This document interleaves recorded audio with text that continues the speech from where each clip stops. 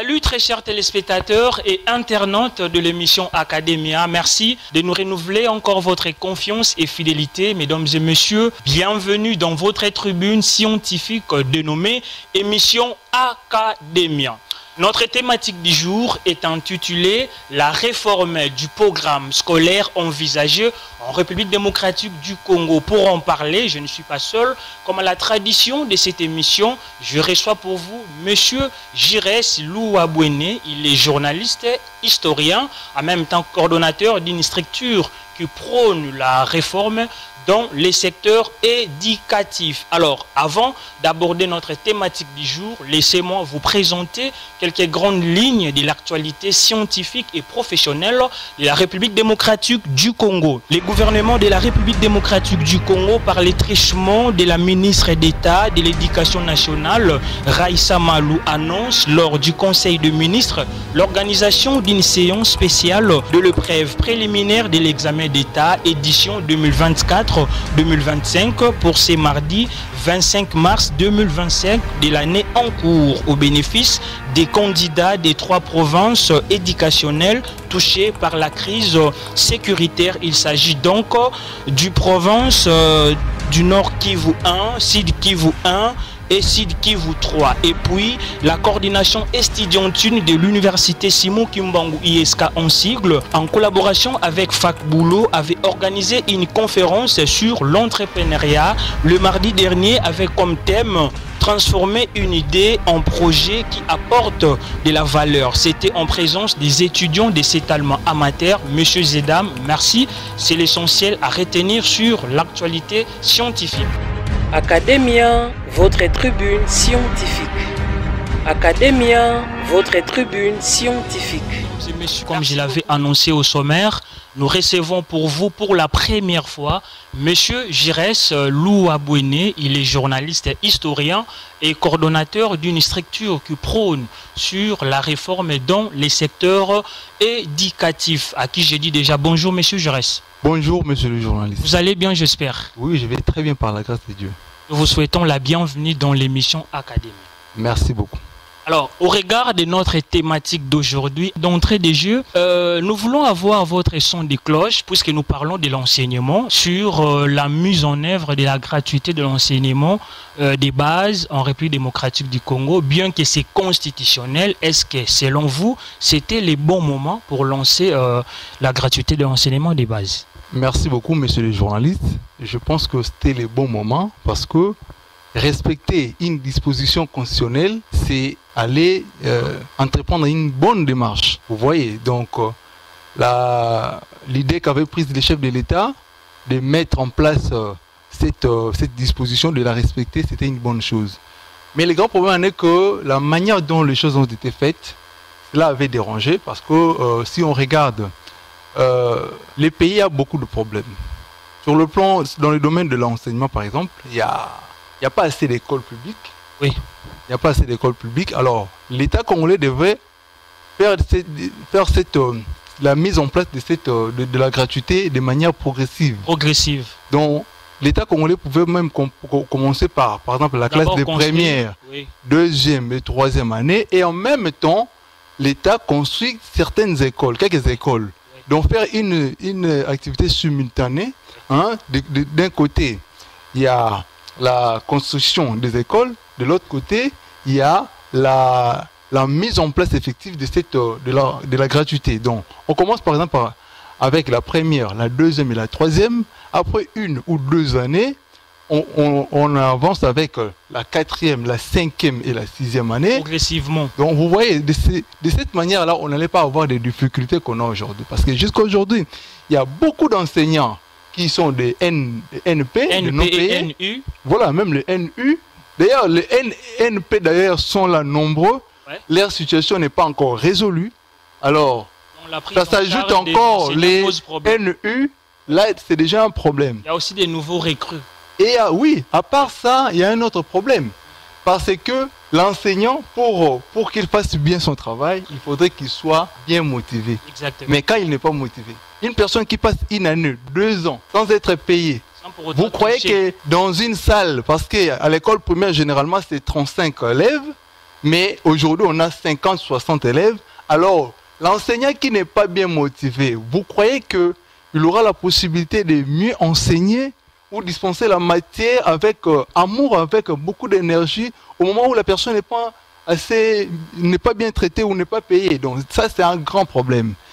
Il y avait l'appui de la banque. Oui, l'appui était là, mais vous savez, quand vous faites une chose, il ne faut pas compter sur les appuis. Il faut d'abord compter sur ce que vous avez. Sur vous-même. Même avec la Bible, ouais. Dieu avait dit à Moïse, qu'est-ce que tu as entre tes mains? Qu'est-ce que tu as? Moïse dit, j'ai les bâtons. Ouais. Vous voyez, il faudrait d'abord avoir quelque chose en vous. Donc vous avez déjà quelque chose, sur base de la chose que vous avez, que vous allez entreprendre la démarche. Et s'il y aura des aides, les aides viendront également après. Mais il ne faut pas compter sur les aides. Donc c'est ça. Il y a eu l'appui de la Banque mondiale, oui, mais à part ça, il y a un autre problème sur le plan psychologique de l'homme congolais. Ouais. Il y a eu des intentions et des faits, des détournements. Cet argent a été détourné. Voilà. Il y a des gens qui ne savent même pas que un État, pour qu'il puisse se développer, il faudrait qu'il y ait le concours de tout le monde. Ouais. Il faudrait que l'argent de l'État, surtout l'argent de l'État, les deniers publics soient bien gérés.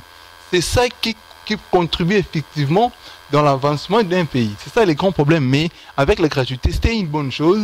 Mais la manière dont elle a été faite n'était pas assez souhaitable. Mais je pense que quand on est vivant, rien n'est encore tard. On peut se ressaisir. Mais pour se ressaisir, dans votre introduction, vous nous avez présenté notre structure, ce cadre patriotique des réflexions et des réformes. Nous sommes là pour réfléchir pour le pays. C'est un groupe de jeunes. Nous réfléchissons pour le pays et nous essayons de mettre sur pied des réformes. Pour qu'il y ait réfléchissez sur le pays. Sur toutes les questions qui rongent le pays. Tous les mots, dans tous les domaines. Nous réfléchissons, nous regardons par exemple. Aborder toutes les thématiques. Toutes les thématiques. Nous essayons là où nous sommes limités, nous essayons de consulter d'autres personnalités, d'autres spécialistes en la matière pour avoir l'idée. Donc nous voulons que le problème qui dérange l'homme congolais soit résolu aussi par la jeunesse, parce que souvent on dit que la jeunesse elle est perdue. C'est ce qu'on dit. Laissez-moi un peu évoluer sur ces plans. La jeunesse, on dit, elle est perdue. Mais elle est aussi manipulée. Manipulée dans des arrêts de bus, dans des transports en commun. Je n'aime pas entendre cela, parce que je dis toujours que si la jeunesse est perdue, donc sous-entend que elle est passive. Ce n'est pas elle qui est en action. Oui. Elle n'est pas active, elle est passive. Oui. Alors si elle est une jeunesse perdue, c'est qu'il y a des gens qui ont fait quelque chose pour que la jeunesse d'aujourd'hui soit perdue. Donc vous voyez, dans la jeunesse, si elle est perdue, selon les gens qui disent ainsi, c'est parce que cette jeunesse semble ne pas être prometteuse. Ou à la hauteur des enjeux. Oui, mais le grand problème est que si la jeunesse est devenue aujourd'hui ce qu'elle est, c'est quoi la cause? Quelles sont les causes lointaines et les causes récentes? C'est l'ancienne jeunesse qui n'a pas pu aider la jeunesse d'aujourd'hui. L'ancienne jeunesse a été enseignée, encadrée par des blancs. Oui. Tous nos papas, là, nos mamans des générations des années 30, des années 40, des années 50 ont été enseignés par des blancs. Ils ont eu à bénéficier aux bourses d'études. Et à l'époque, la population congolaise n'était pas comme celle d'aujourd'hui. Aujourd'hui, elle est estimée à 120 millions. À l'époque, on avait à peu près 5 millions, 7 millions. Vous voyez, donc il y avait possibilité de vivre mieux, d'obtenir facilement des bourses et évoluer. Mais aujourd'hui, si vous voyez des jeunes qui réfléchissent, qui font des bonnes choses, il faut les encourager parce qu'ils étudient dans quel contexte? Ils étudient au moment où il y a beaucoup d'éléments de distraction. Il y a facilité d'être pris ou emporté par la distraction. Donc vous voyez aujourd'hui, la jeunesse veut changer les choses. Alors nous réfléchissons pour que les choses changent dans notre pays. Et nous sommes sûrs et certains que même pas aujourd'hui, demain, les choses pourront changer. Merci beaucoup, Monsieur Giresse. Nous vous avons suivi religieusement. Parlons-nous un peu de c'est quoi la structure, qui en est l'initiateur, l'objectif primordial que vous comptez réaliser aux jours à venir. Merci beaucoup, messieurs les journalistes. Notre structure s'appelle Cadre patriotique des réflexions et des réformes. La régie va nous aider à illustrer. Voilà, l'affiche, elle est là. Vous voyez déjà dans l'affiche, il y a des figures emblématiques de l'histoire de notre pays. Il y a le prophète Simon Kimbangu, il y a le feu président Kassavubu, il y a Patrice Lumumba, il y a Laurent Désiré Kabila. Voilà, il y a des gens, en fait, nous, comme on disait, moi personnellement, je suis journaliste et historien. Ouais. Alors, nous, on a voulu que les choses puissent changer. Que notre histoire à nous, Congolais, soit enseignée à l'école. Parce que je trouve mal d'apprendre que mon enfant, moi, apprend l'histoire de Charlemagne ou de Napoléon? Et Jeanne d'Arc. Jeanne d'Arc, par exemple. Est-ce qu'en France, on apprendra à l'enfant congolais qui est Simon Kimbam? Même pas. Est-ce qu'on apprendra à l'enfant congolais et à l'enfant français, pardon, qui est Patrice Lumumba? Non, nous devons savoir faire les choses. Qu'est-ce qui est difficile à l'État congolais de changer le programme scolaire? On a écrit aux autorités, on a écrit à son excellence Madame la ministre d'État, Madame Raissa Malou. On a écrit, je pense qu'on l'a écrit la semaine prochaine. Nous passerons là-bas pour avoir l'idée sur la suite. On a déjà écrit depuis le mois d'ailleurs de janvier. Depuis le 9 janvier, on a écrit. La lettre est là. C'est pour cela que nous sollicitons les concours de tout le monde. Alors, vous nous avez posé la question concernant les objectifs. D'ailleurs, je le disais tantôt ici. Les objectifs, nous voulons que les choses changent dans notre pays.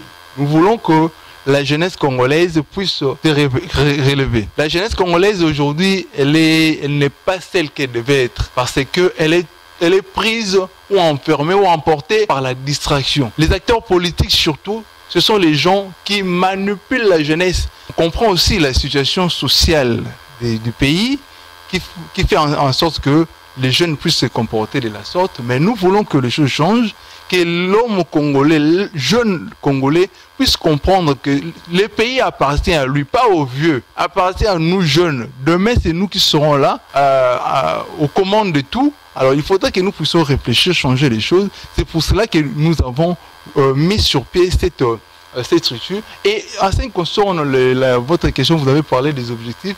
Qu'est-ce que nous voulons? C'est ce que je venais de dire.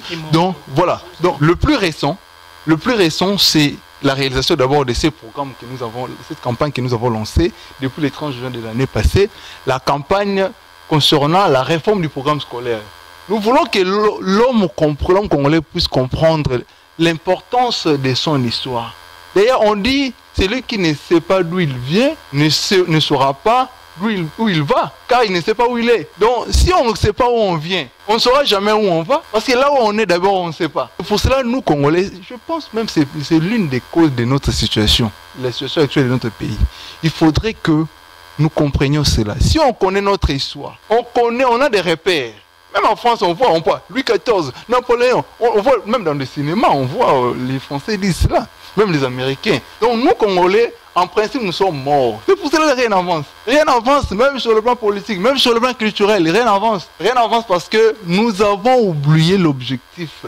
Nous devons d'abord commencer par changer le programme scolaire. Parce que pour détruire une nation, il faut commencer par l'enseignement, par la jeunesse. Alors, au Rwanda, par exemple, c'est le pays qui nous agresse aujourd'hui. Au Rwanda, vous savez qu'on enseigne aux enfants rwandais qu'une partie de la terre rwandaise est prise par la RDC. Ouais, la partie est et surtout.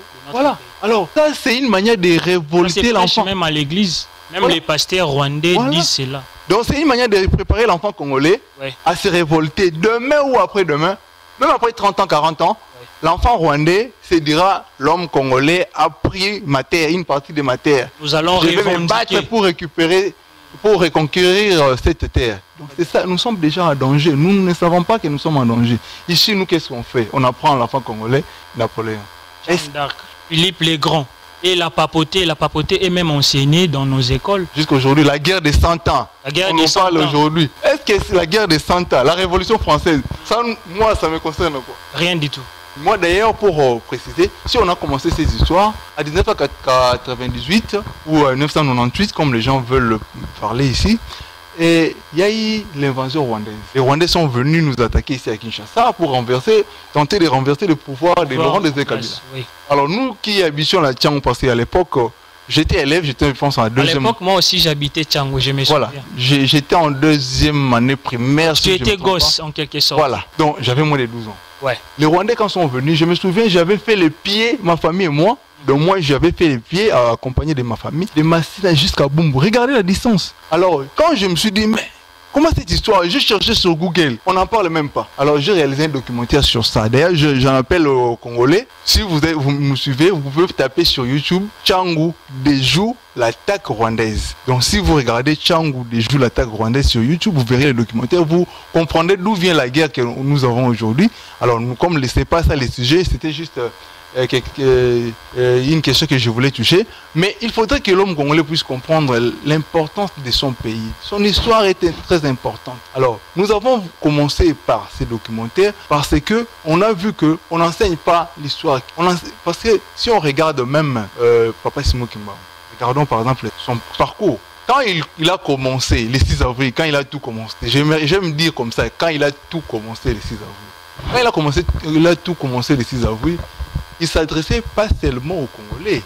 Il s'adressait indirectement aux Blancs pour leur dire que vous ne pouvez pas détruire l'homme noir. Vous n'avez pas cette possibilité-là, vous n'avez pas ce pouvoir-là. Alors, ce sont les choses que nous, Congolais, on doit apprendre à nos enfants. Nos enfants doivent comprendre qui ont marqué l'histoire de ces pays et qu'est-ce qu'ils ont fait. Et ce qu'ils ont fait là, ça nous apporte quoi? Et si on suit ce qu'ils ont fait, qu'est-ce que nous allons gagner? Qu'est-ce qui va arriver?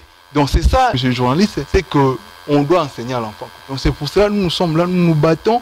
Bien qu'il y ait un problème sur le plan financier, nous sommes dans un pays où les gens aiment plus la forme. Nous sommes là, les fonds est là. On appelle tout le monde puisse venir. D'ailleurs, je pense bien que les difficultés nous dérangent un peu. Mais d'ici la fin de l'année scolaire, nous comptons organiser un concours interscolaire axé essentiellement sur l'histoire de notre pays. Pas d'autres questions, seulement l'histoire pour que l'enfant congolais puisse comprendre qui est Simon Kimbangu, qui est Lumumba, qui est Kasavubu, qui est Bolikango, qui est Mobutu. Voilà ce que nous voulons dans notre programme. Pourquoi ne pas aussi proposer ou organiser des sit-in devant les ministères? Voilà, justement, c'est une question que j'allais évoquer. Nous comptons les faire. À l'instar de la lettre que vous avez. Voilà, nous comptons. C'est pour ça que je disais que nous allons descendre là-bas au ministère pour faire le suivi du courrier. Parce qu'on avait fait, mais on nous avait dit que les conseillers qui devraient traiter la question étaient en déplacement, il fallait attendre. Alors nous allons passer la semaine prochaine pour avoir les retombées de cette correspondance, de ces courriers. Alors, après, on va voir, parce qu'on comptait faire ces sit-ins. Mais pour y arriver, mon frère, il faudrait qu'il y ait le concours de tout le monde. Parce que ce n'est pas notre combat à nous seuls. C'est pour cela que nous appelons aussi à la jeunesse de l'église kimbanguiste. La jeunesse, parce que cela nous concerne. La jeunesse aussi doit nous accompagner. Donc si on fixe la date, nous aurons besoin et de la jeunesse kimbanguiste, et les lumumbistes, et les... Vous ciblez seulement la jeunesse kimbanguiste? Non. Ou vous ciblez les Congolais en général? Oui. J'évolue. Les Lumumbistes, les Kassavoubistes, les Tshisekedi, tout le jeune Congolais doit nous accompagner. Et surtout des révolutionnaires. Voilà. Mais nous, je citais la jeunesse kimbanguiste parce que c'est un groupe. Vous voyez, la jeunesse congolaise, il y a une structure qui est là pour la jeunesse. Le Conseil national de la jeunesse. Mais est-ce que les jeunes Congolais le savent? Savent qu'il y a cette structure. Est-ce que cette structure touche la jeunesse? La structure ne touche pas la jeunesse. C'est pour cela on peut lancer les messages comme ça. Certains attendront les messages, mais ne vont pas venir. C'est ça les grands problèmes. C'est pour cela que nous voulons passer par des groupes qui sont dans les jeunesses organisées, par exemple les jeunesses des Lumumbistes, les jeunes Lumumbistes, les jeunes Kassavoubistes, Mobutistes, Kabilistes, même tous ces jeunes-là qui, leurs pères, leurs mentors, leurs repères ont marqué l'histoire de ces pays. Alors on a besoin d'eux pour qu'ils viennent faire quelque chose, contribuer dans cet édifice que nous bâtissons, parce que le plus important c'est notre pays. Ici on n'est pas en politique, parce qu'en politique c'est un monde des intérêts égoïstes. Ici on n'est pas en politique, ici c'est une question sociale, une question de la survie de l'État. Sans pourtant aller du coq à l'âne, revenons à la thématique. Alors, vous parlez des réformes. Ouais. Les téléspectateurs et internautes de l'émission Academia veulent d'abord savoir c'est quoi une réforme. Voilà, la réforme, j'aimerais que j'en parle à l'ingalof en français. Non, tout dépendra de votre appréciation pour l'expliciter les mots réforme. Une réforme d'abord c'est quoi? Une réforme de manière pratique, c'est un changement. Un changement. Une réforme, c'est un changement. C'est-à-dire, si on vendait la viande à 5 000 francs, oui, et on voit que la population n'arrive pas à acheter la viande comme il se doit, alors nous voulons faire la réforme, nous pouvons baisser les prix ou nous pouvons augmenter la quantité. Donc vous voyez, donc la réforme, c'est un changement. Un changement qu'on opère pour améliorer la situation. Donc s'il y avait, par exemple, des dispositions, s'il y avait quelque chose qui dérangeait la vie ou la vie de la société, vous venez avec la réforme. C'est une manière de changer les choses. Donc, il faudrait seulement retenir le mot changer, changement. Donc, dans la réforme que nous voulons changer les choses. Donc, les mauvaises choses doivent être enlevées pour être remplacés par les bonnes choses. Là, vous parlez au nom de la structure, mais aussi au nom de la jeunesse et de tous les Congolais, parce que je suis Congolais, j'ai le droit de parler pour que tout le monde puisse m'écouter. Il y a une question. Derrière nous, c'est pas qui, mais c'est quoi? Quelles sont les idées? La motivation La motivation vient des idées. Pardon. Vous êtes organisé et structuré.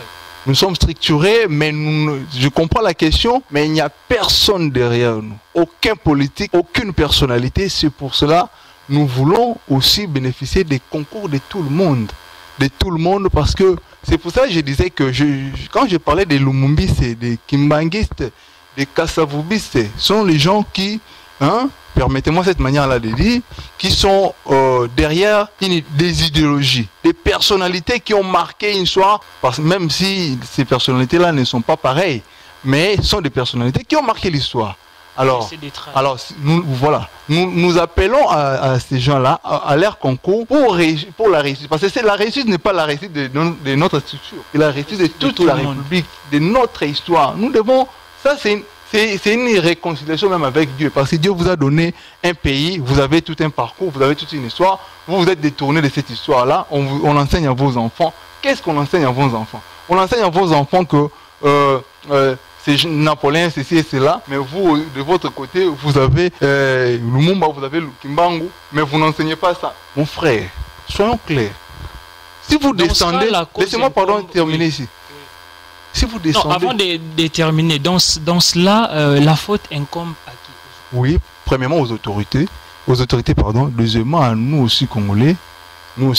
Parce que moi je n'aime pas tout impliquer aux autorités. Ils ont une très grande partie, même 70%, les autorités doivent, c'est leur responsabilité. Dans ce cas, la faute est partagée. Partagée, bien que il n'y a pas équilibre entre la population et les autorités, mais chacun aussi a sa part de responsabilités. Alors, nous voulons que les autorités puissent comprendre. Parce que selon nos informations, parce que j'avais échangé avec un député national, parce que moi je croyais qu'il fallait passer, je ne suis pas juriste, il fallait passer par le Parlement, qu'un député apporte notre initiative comme une proposition de loi et l'Assemblée puisse l'adopter pour qu'elle soit promulguée par le chef de l'État. Mais on nous a appris qu'il faudrait, ça suffit seulement que la ministre d'État puisse prendre un arrêté, signer un arrêté. C'est pour cela d'ailleurs, je profite de cette caméra de lancer un message à son excellence Madame la ministre. Madame la ministre, c'est important, même vos enfants, vos arrière-enfants, vos arrière-petits-fils, petites-filles, doivent connaître aussi l'histoire de votre pays. Vous êtes là, vous connaissez l'histoire, mais vos enfants aussi doivent connaître l'histoire de votre pays. Il est important que vous puissiez prendre cet arrêté, changer les programmes scolaires. Il y a des techniciens en la matière qui vont se mettre autour d'une table pour voir comment le mettre sur pied, mais il suffirait seulement que vous preniez cette décision-là, vous signez un arrêté et les choses vont changer. Et je profite aussi, nous sommes à Ratelki quand même, il y a Papa Simon Kimbangu, son éminence.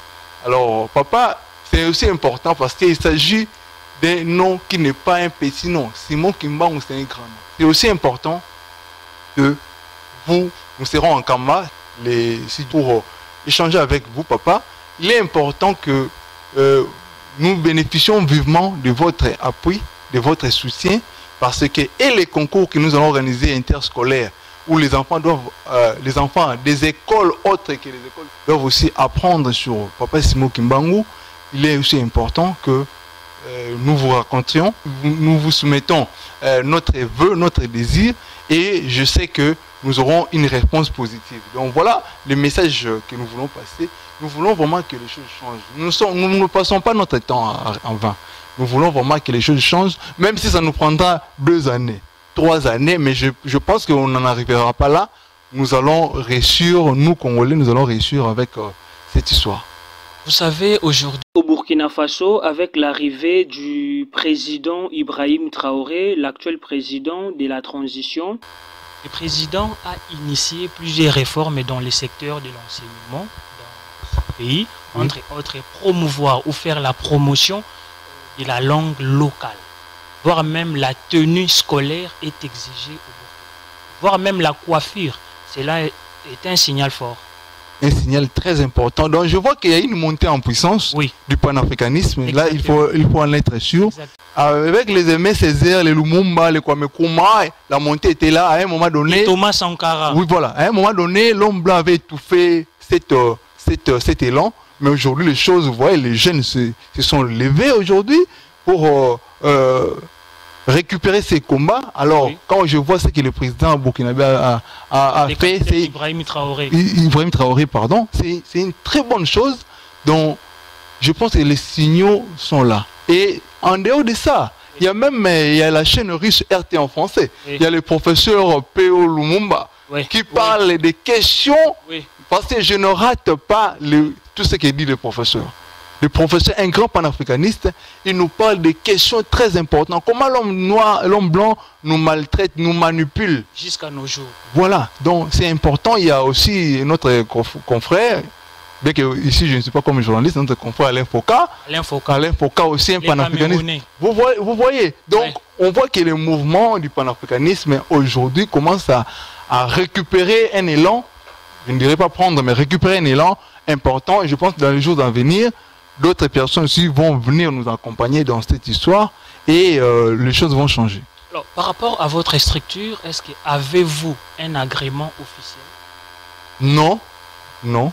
On n'a pas encore. D'une manière officieuse. Officieuse, non. Pourquoi? Parce que, vous savez, la décision du ministre, on a entrepris des démarches, donc tout est en cours. Donc, jusqu'à présent, on n'a pas encore de documents, mais nous espérons que dans les jours qui viennent, nous aurons tous les documents.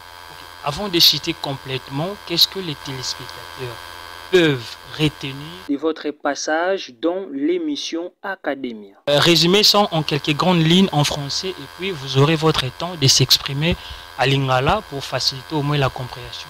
Merci beaucoup.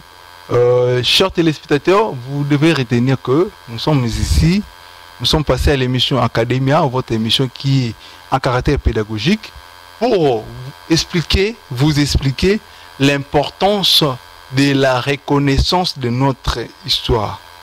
Alors, comme on dit, pour détruire une nation, il faut passer par sa jeunesse. Et la jeunesse, c'est celle qui est à l'école. C'est plus celle-là qui est prometteuse. Et on commence par détruire cette jeunesse-là. Alors, c'est pour cela que nous sommes levés.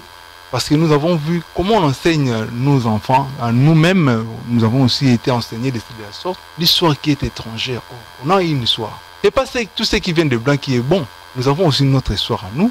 Alors, il est important que l'enfant congolais puisse apprendre notre histoire, comprendre et apprendre les traces, les parcours, les combats de ceux-là qui ont marqué l'histoire de ces pays, comme des Papa Simon Kimbangu, comme des Papa Patrice Lumumba, Papa Kasavubu, Papa Mobutu, Papa Thomas Kanza, Papa Paul Panda. Et donc, je pense que tout cela, toutes ces personnalités-là, ont été très importantes pour nous. Alors, je pense que il est vivement important que nous les faisions de cette manière-là. Donc, vous devriez vous approprier de ces combats. Alors, nous avons écrit au ministre parce qu'il suffirait qu'elle puisse prendre l'arrêté. Et si elle prend l'arrêté, après, les choses pourront aller déjà, ce serait déjà une bonne chose. Alors, c'est important pour nous. Vous aussi, vous qui nous suivez, vous pouvez faire des vidéos, motiver les gens, parce qu'il y a tout le monde a au moins une personne qui l'aime, une personne qui l'apprécie. Alors, si vous faites des vidéos sur de telles questions, l'histoire doit changer. Si vous tapez sur Facebook, je reste là, vous verrez l'affiche là. Si vous tapez Sauvons notre histoire, vous verrez l'affiche, elle est là. Vous publiez l'affiche, appropriez-vous de ces combats. Alors, je pense que c'est important que l'enfant congolais puisse comprendre qu'est-ce que Papa Simon Kimbangu a fait, qu'est-ce que Patrice Lumumba a fait, qu'est-ce que le Mobutu a fait. Donc, pour être un peu bref, na lingala na oloba que bandeko nanga na leki na émission Academia au boyebi pona koyebisa bino nini koyebisa bino ete eza malamu pona biso ba congolais toye kolande histoire na biso pe toyeba yango toyeba histoire na biso parce que histoire na biso yango ndeza o biso tozali na lopoto balobaka na limbo lango pe moto ayebe siko awuti te esiko azokende pa koyeba na ye te po esika nano aza pe ayebi te yango nde bongi na biso toyeba nano esika towuti eza histoire na biso toye kola histoire na biso toyeba bato ba marka histoire ya mboka na biso basala nini to copier nde bango basala oto longwa na pasi oto za nango soki tozo souffrir OEP moko ya ba raison to ya ba makambo yo sala ke to souffrir eza poto bosa na pe o biso tozali tozwa kaka mingi nyonso ya libanda tozwa et bongo tozwa o ya libanda de manière sélective misu tozwi misu totiki eza pe bango bayiba babilo na biso misusu bazwa nyonso te. Alors, il y a biso, tous à la responsable, tous à la conscient, dans Makambo, tout ça. Alors, monsieur Giresse, merci beaucoup de votre passage dans l'émission Academia. Alors, si les gens veulent vous contacter, avez-vous un numéro de téléphone? Oui, justement, nous en avons. Ils peuvent nous contacter, même par un appel cellulaire ou par WhatsApp. Nous sommes là au 083 84 87 881. 083 84 87 881. Mais ils peuvent aussi nous contacter par vous. Les gens peuvent nous contacter par vous et je pense déjà que l'information arrivera sans problème. Je pense que j'avais dit ici, déjà au mois d'avril, nous ferons de notre mieux pour être en Kamba, parler avec papa. Je pense que nous avons quelques doléances à lui présenter et nous pensons que... D'ailleurs, il y a un élément important. Je suis réalisateur de documentaires. Comme je disais, j'avais réalisé un documentaire. Présentement, je suis en train de réaliser 2 documentaires aussi audiovisuels. Et quand nous irons en Kamba, nous irons demander à papa si on peut réaliser un vrai documentaire sur Papa Simon Kimbangu. Un documentaire qui, les gens vont témoigner et les scientifiques qui ont mené des recherches peuvent parler de lui. Ça sera contraire à celui que M. Brené avait réalisé. Bon, pas contraire, mais à jour. On l'ajoute toujours. Pas contraire, mais on va ajouter des éléments importants parce que Papa Simon Kimbangu, son histoire n'a pas pris fin en 1951. Non, elle n'a pas pris fin en 1951. Son histoire est jusqu'à aujourd'hui. Donc, même les données d'aujourd'hui concernent aussi son parcours. Donc, s'il y a des gens qui vont parler de la guerre d'agression d'aujourd'hui, de ce que fait Kagame aujourd'hui, on peut aussi les rattacher. C'est référé des Papa Simon Kimbangu. Voilà, c'est ce que nous... Donc nous allons venir, je pense que nous allons le travailler avec vous. Quand nous serons en Kamba, nous allons évoquer toutes ces questions avec papa. Et je ne vois pas comment il peut refuser parce que c'est important. Merci beaucoup. Messieurs et dames, nous sommes arrivés à la fin. Contactez Monsieur Giresse ou Abouene, historien, journaliste et historien, coordonnateur d'une structure qui prône sur la réforme dans les secteurs éducatifs pour changer la donne, la jeunesse et l'avenir d'un pays, dit-on. Retrouvons-nous la semaine prochaine. Portez-vous bien. Au revoir.